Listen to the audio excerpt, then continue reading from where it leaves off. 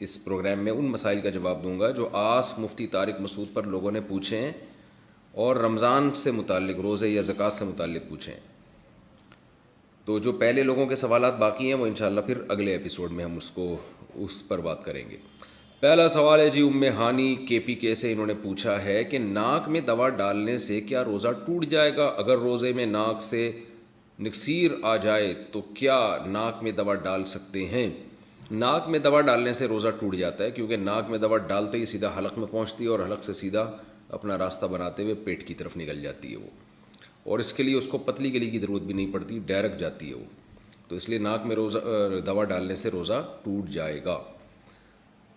روزے میں وکس کا استعمال کیسا ہے؟ کیا روزے کی حالت میں ناک، گلے اور سینے میں وکس لگا سکتے ہیں؟ معراج الدین کیلیفورنیا سے. جی لگانے پر کوئی پابندی نہیں ہے، نہ اللہ کی طرف سے نہ گورنمنٹ کی طرف سے.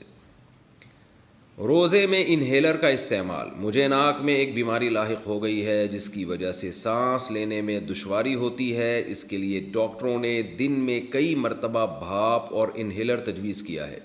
میرے لیے روزے کا کیا حکم ہوگا؟ محمد یاسر علی گڑھ سے. دیکھیں، روزے میں باقاعدہ بیٹھ کے اسٹیم لیں گے یا انہیلر لیں گے روزہ ٹوٹ جائے گا، کیونکہ اس میں دوا کے ذرات ہوتے ہیں جو آپ کے لنگس میں جاتا ہے حلق کے راستے سے، تو اس لیے روزہ ٹوٹ جائے گا. باقی یہ کہ یہ آپ کے لیے جائز ہے یا نہیں ہے، تو بیماری میں اگر سانس، یعنی روزے کی حالت میں اگر سانس لینا آپ کے لیے مشکل ہو رہا ہے، اور ظاہر ہے مشکل ہی ہوتا ہے جب کسی کو سانس کی بیماری ہو، تو ایسی کنڈیشن میں ان کے لیے جائز ہے کہ وہ روزہ چھوڑ دیں. تو روزہ چھوڑ دیں اور پھر سردیوں میں روزے کی قضا کریں جب دن چھوٹے ہوتے ہیں. یاد رکھیں کہ جن کو بیماری کی وجہ سے روزہ چھوڑنا جائز ہے نا، تو وہ جائز تو ہے، مگر یہ کہ وہ فدیہ نہیں دیں گے بلکہ روزہ کی قضا کریں گے، اور فدیہ وہ دے گا جو قضا کرنے کی بھی طاقت نہ ہو. تو اگر آپ سردیوں میں جب دن چھوٹے ہوتے ہیں اس وقت بھی آپ کے لیے ایک روزہ رکھنا بھی ممکن نہ ہو، جتنے روزے رکھنے آپ کے لیے قضا ممکن ہے اتنے قضا رکھنے پڑیں گے آپ کو. اور ایک بھی روزہ ممکن نہیں ہے یا ایک ممکن ہے، زیادہ ممکن نہیں ہے، تو جتنے روزے آپ کے لیے قضا ممکن نہیں ہے تو پھر آپ ان کا فدیہ ادا کریں گے. اور فدیہ 2.25 کلو گندم ہے ایک روزے کا فدیہ. بعض علماء کے نزدیک 2.25 کلو اور بعض کے نزدیک 2.25 کلو، احتیاط 2.25 کلو میں ہی ہے. تو یا تو کسی غریب کو 2 ٹائم کا کھانا کھلا دیں، یا 2.25 کلو گندم دے دیں، یا 2.25 کلو گندم کے پیسے دے دیں، تو ایک روزے کا فدیہ ہے. لیکن یہ جب ہے جب آپ قضا نہ رکھ سکتے ہوں. روزہ کے لیے حیض روکنے والی دوا کھانا. کیا روزے کے لیے حیض روکنے کی دوا کھا سکتے ہیں؟ قرۃ العین. جی کھا سکتے ہیں، کوئی حرج نہیں ہے، لیکن اس کے سائیڈ ایفیکٹ بہت ہوتے ہیں. تو بہتر یہی ہے کہ نیچر سے لڑائی نہیں کرنی چاہیے اور بعد میں قضا کر لیں اس میں جب اللہ نے اجازت دی ہے. روزہ افطار کا مسنون طریقہ. روزہ کھجور سے کھولنا سنت ہے یا سادہ پانی سے بھی کھول سکتے ہیں؟ نیز شربت سے کھولیں تو کیا حکم ہے؟ تہذیب صاحب امبور سے.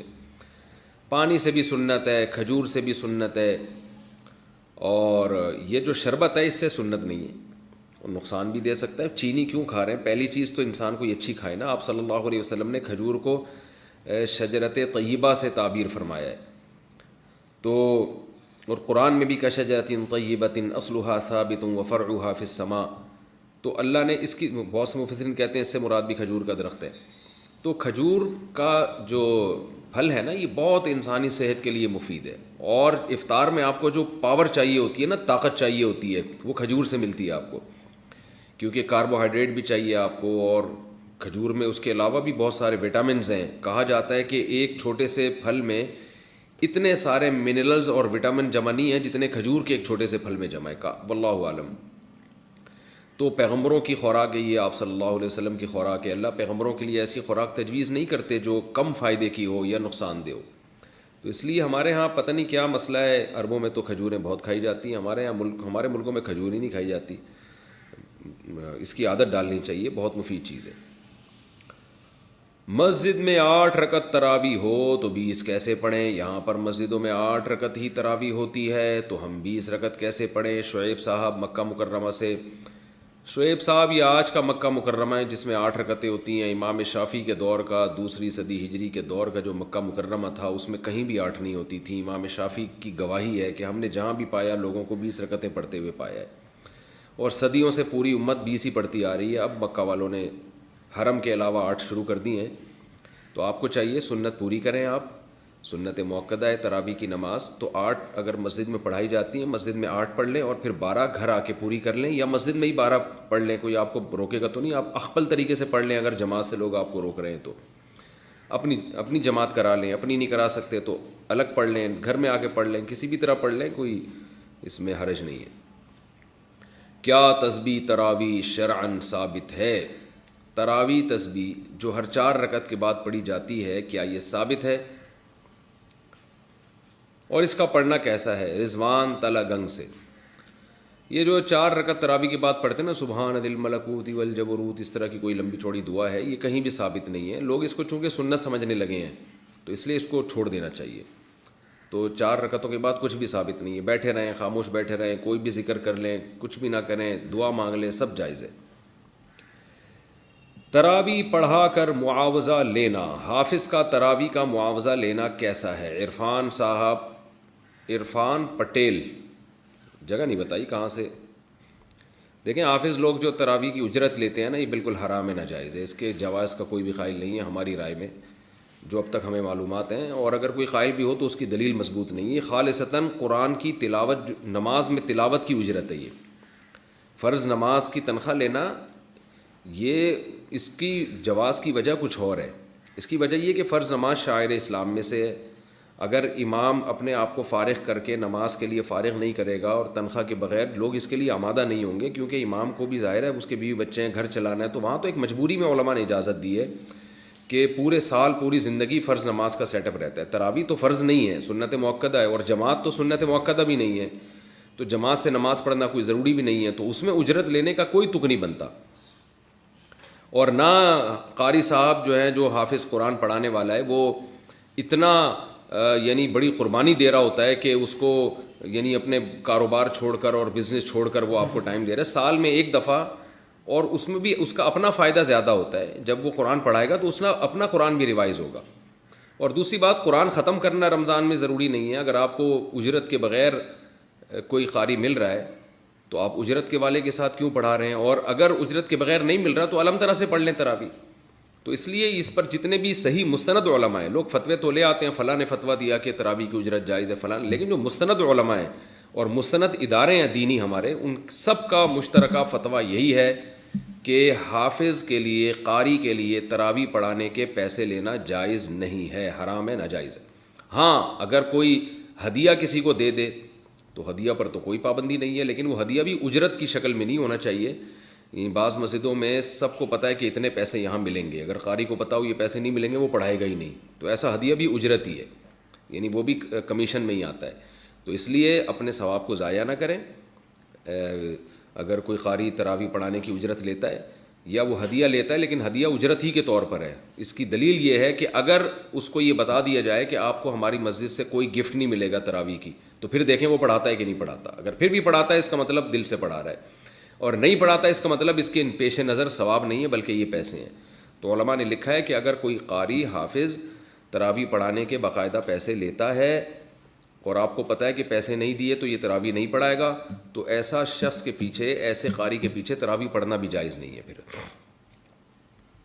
قرآن دیکھ کر تراویح پڑھانا، اگر کسی حافظ کا حفظ کمزور ہو گیا ہو، وہ تراویح پڑھاتے ہوئے کسی پارے کو دیکھ کر تراویح پڑھا سکتا ہے جو پارا زیادہ کچا ہو.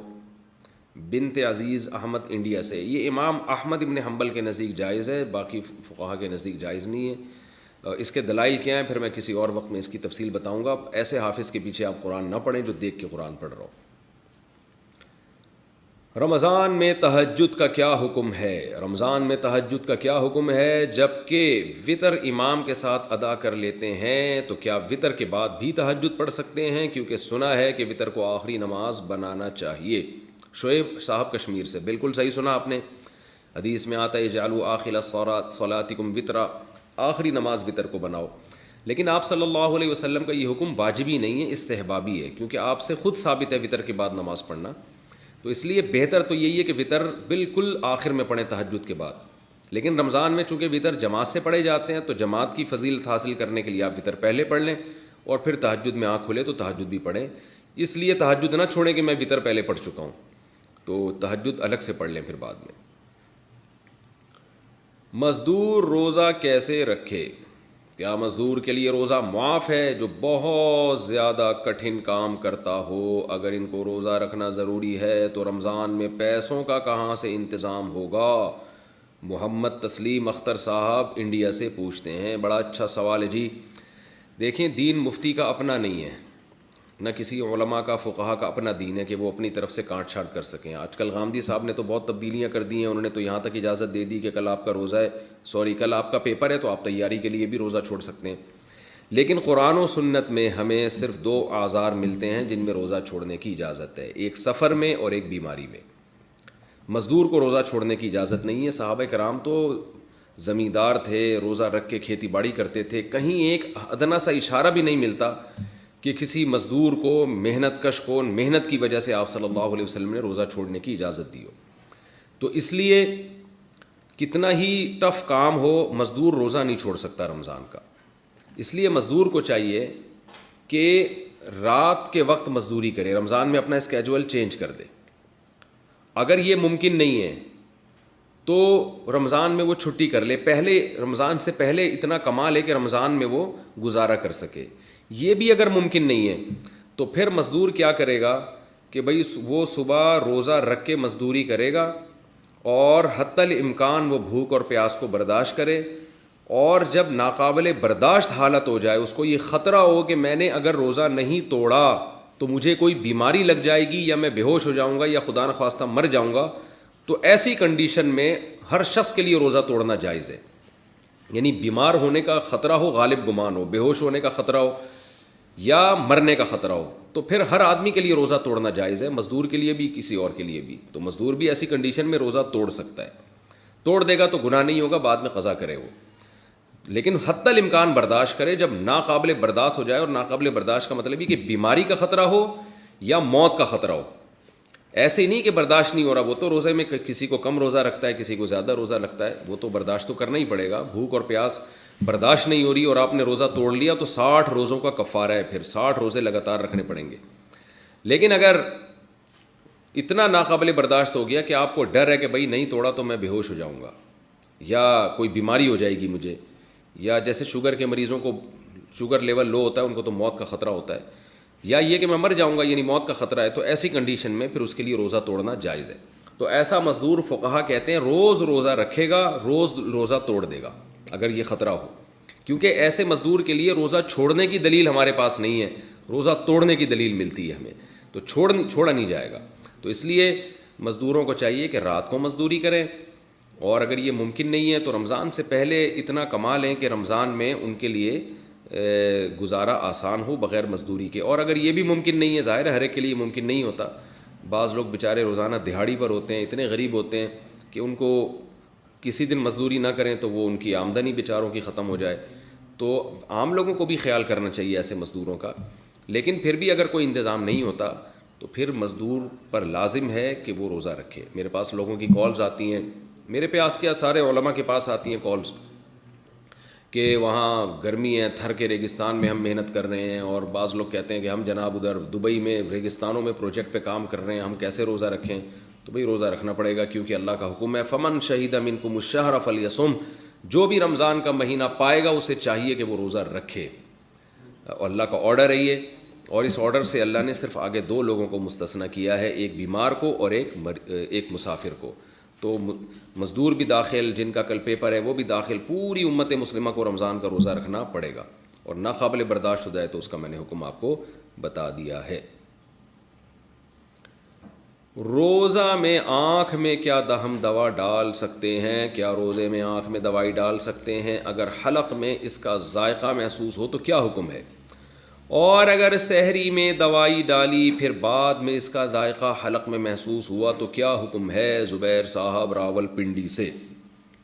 جناب زبیر صاحب، آنکھ میں ہم دوا ڈال سکتے ہیں روزے کی حالت میں، کیونکہ سرما لگانا روزے کی حالت میں نبی صلی اللہ علیہ وسلم سے ثابت ہے، اور آپ سرما لگائیں نا تو حلق میں اثر محسوس ہوتا ہے. تو اس لیے علماء کہتے ہیں کہ یہ خلاف قیاس ہے، نبی سے ثابت ہے، لہذا دوا بھی ڈال سکتے ہیں آنکھ میں، اگرچہ اس کا اثر حلق میں محسوس ہی کیوں نہ ہو.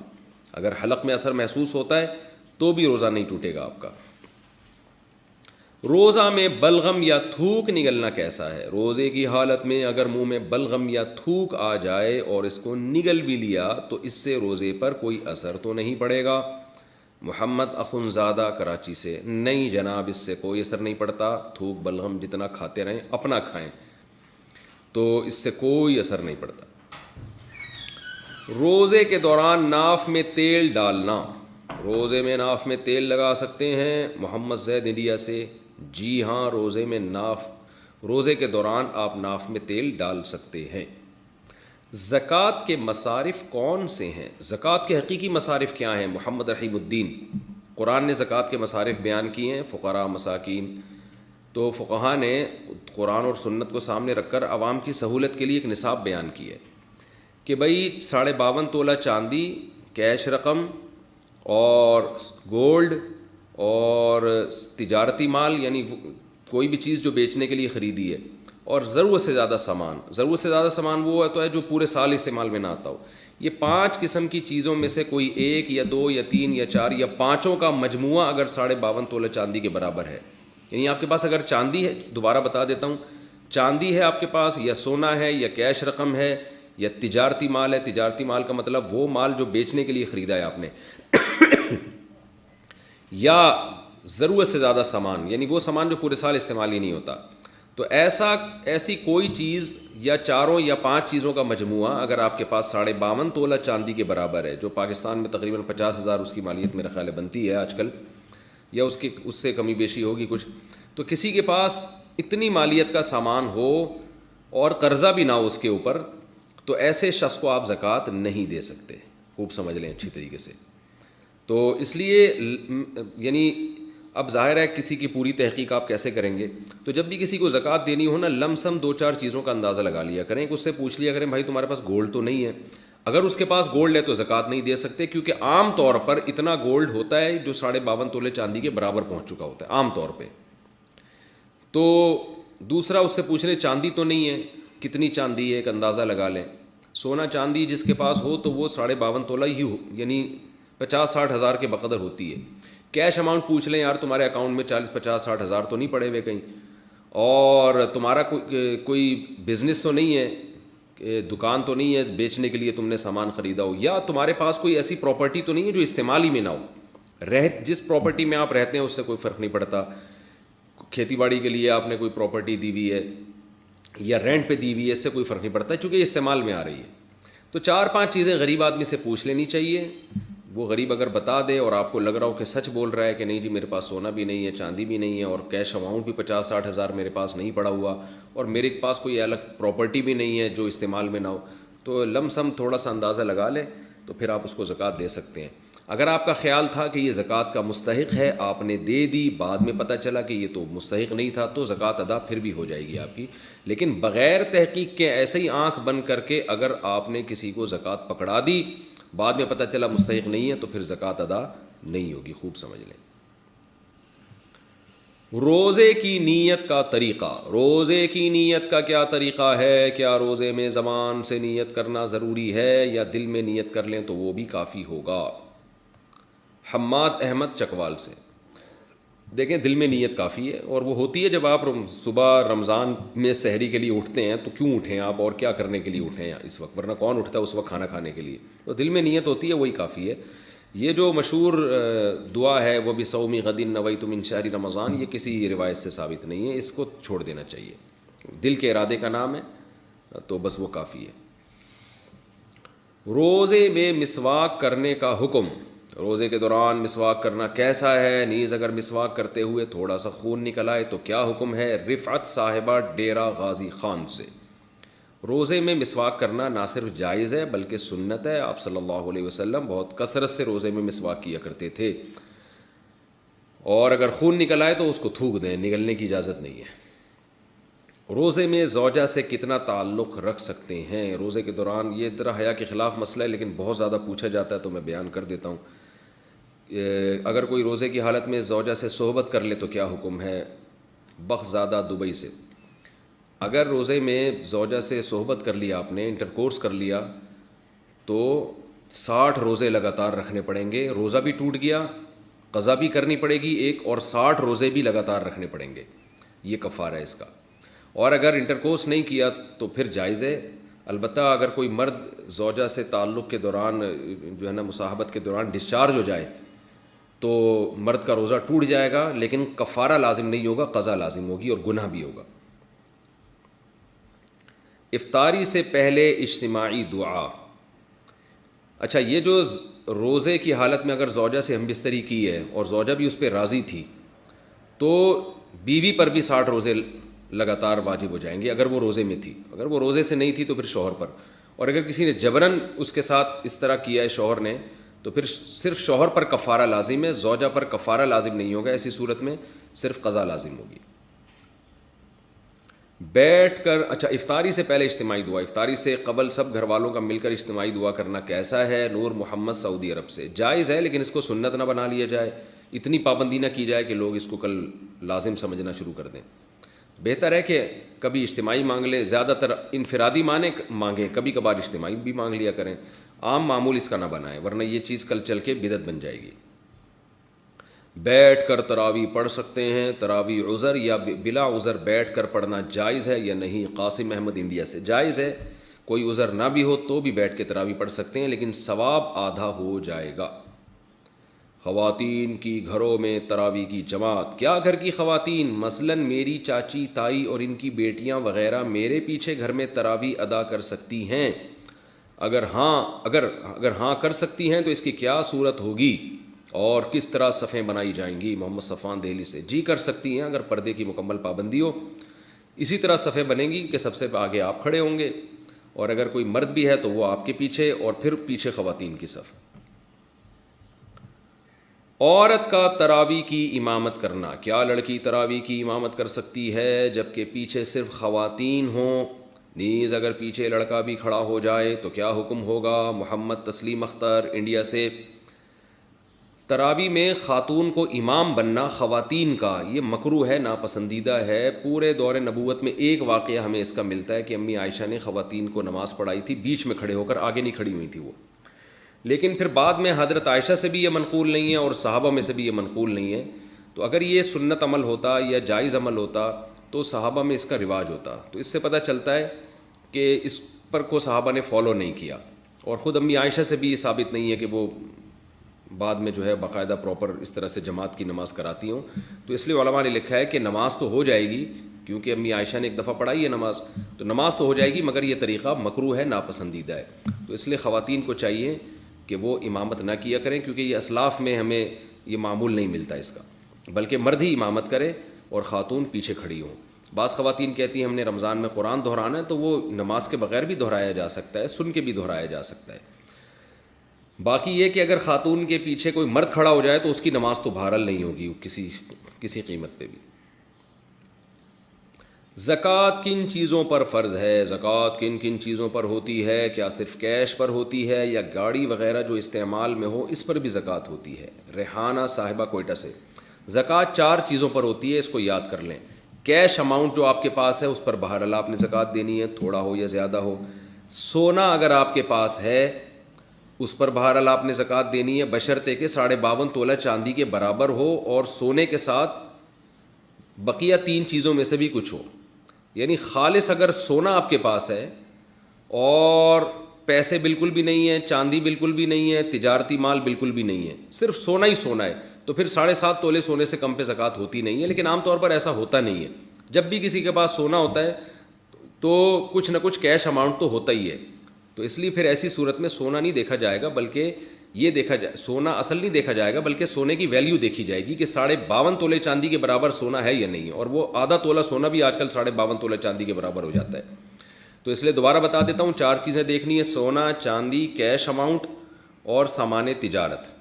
تجارتی سامان کہتے ہیں وہ سامان جو آپ نے بیچنے کے لیے خریدا ہو اور اب تک بیچنے کی نیت آپ کی باقی ہو، یعنی جس دن زکوٰۃ نکال دی ہے نا، جو زکوٰۃ کے واجب ہونے کی تاریخ ہے آپ کی، اس دن بھی آپ کی بیچنے ہی کی نیت برقرار ہو، درمیان میں نیت تبدیل نہ ہوئی ہو، تو ایسی چیزوں کو سامان تجارت کہا جاتا ہے۔ کوئی پلاٹ آپ نے خریدا بیچنے کے لیے، کوئی مکان آپ نے خریدا بیچنے کے لیے، جو دکان میں آپ نے سامان ڈالا ہوتا ہے سارا بیچنے کے لیے ڈالا ہوتا ہے، لہذا جتنے دکان میں اثاثے پڑے سب پہ زکوٰۃ واجب ہوتی ہے۔ تو جو بھی چیز بیچنے کے لیے خریدی ہے وہ سامان تجارت میں داخل ہے.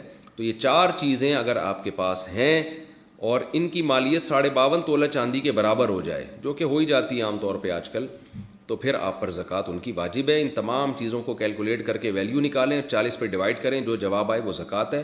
فوراً دے دیں, 2-4 دن بعد دے دیں, فقیر کا انتظار کریں تو کہ جب کوئی مستحق ملے گا اس وقت دے دیں, لیکن حساب اسی دن کا کرنا ہے آپ نے. سگے بہن بھائی کو زکوٰۃ دینا.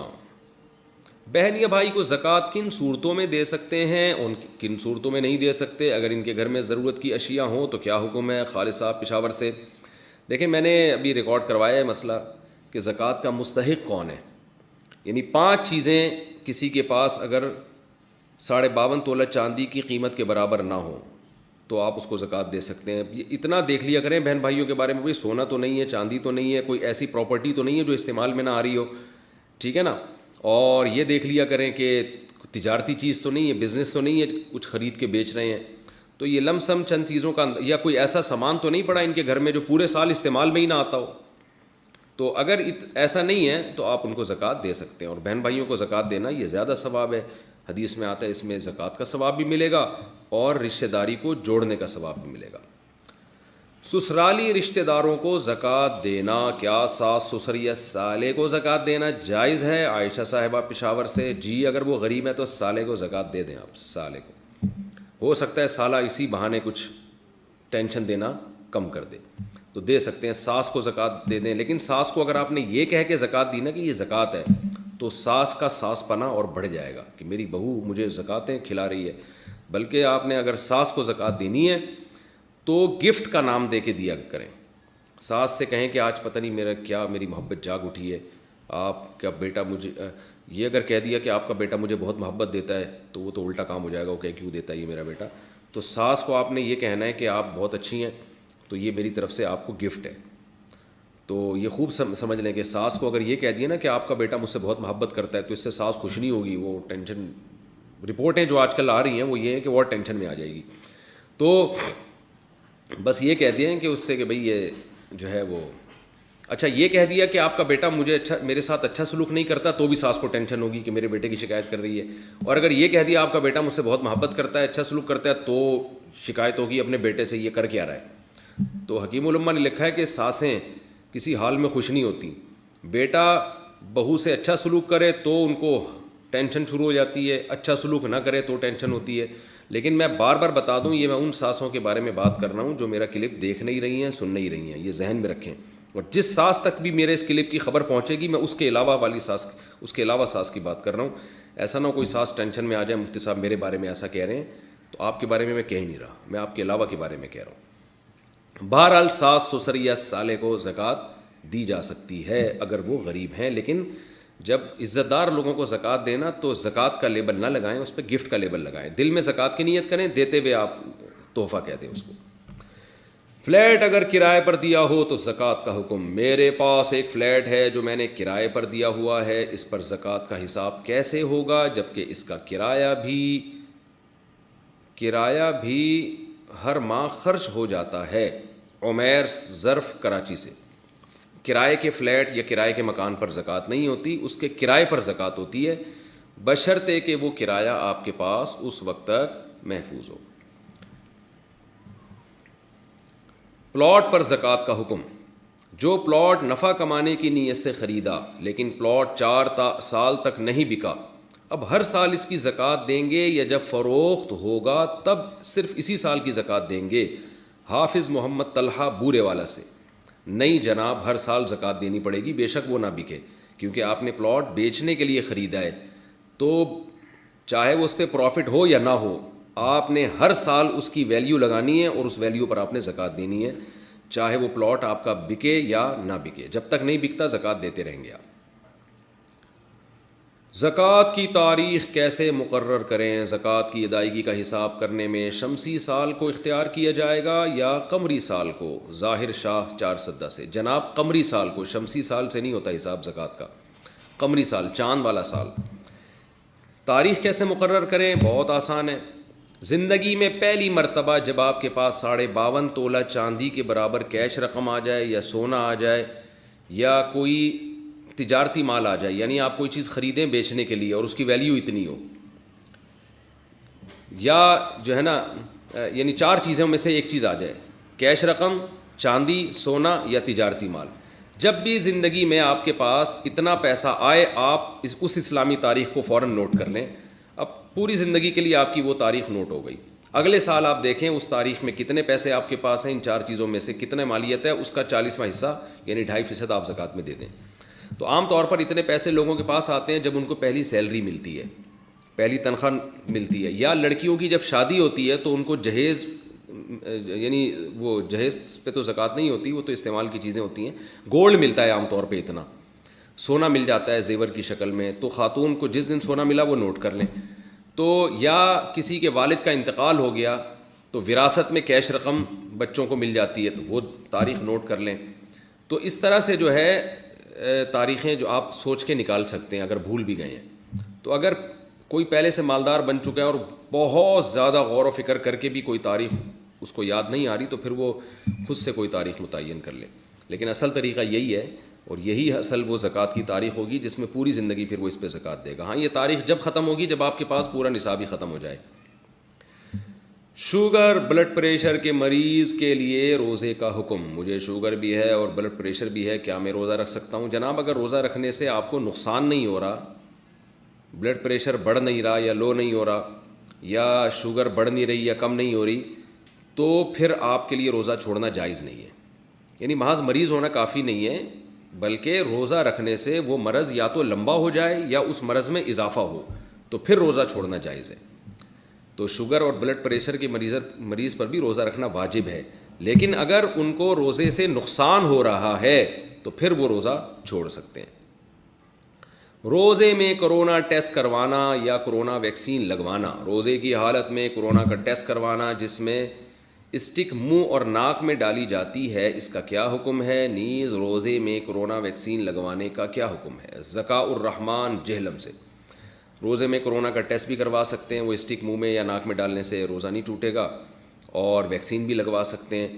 کسی بھی قسم کا انجیکشن لگانے سے روزہ نہیں ٹوٹتا، تاکہ کوئی مجبوری میں گلوکوز کی بوتل بھی چڑھا لیتا ہے تو بھی اس سے روزہ نہیں ٹوٹتا۔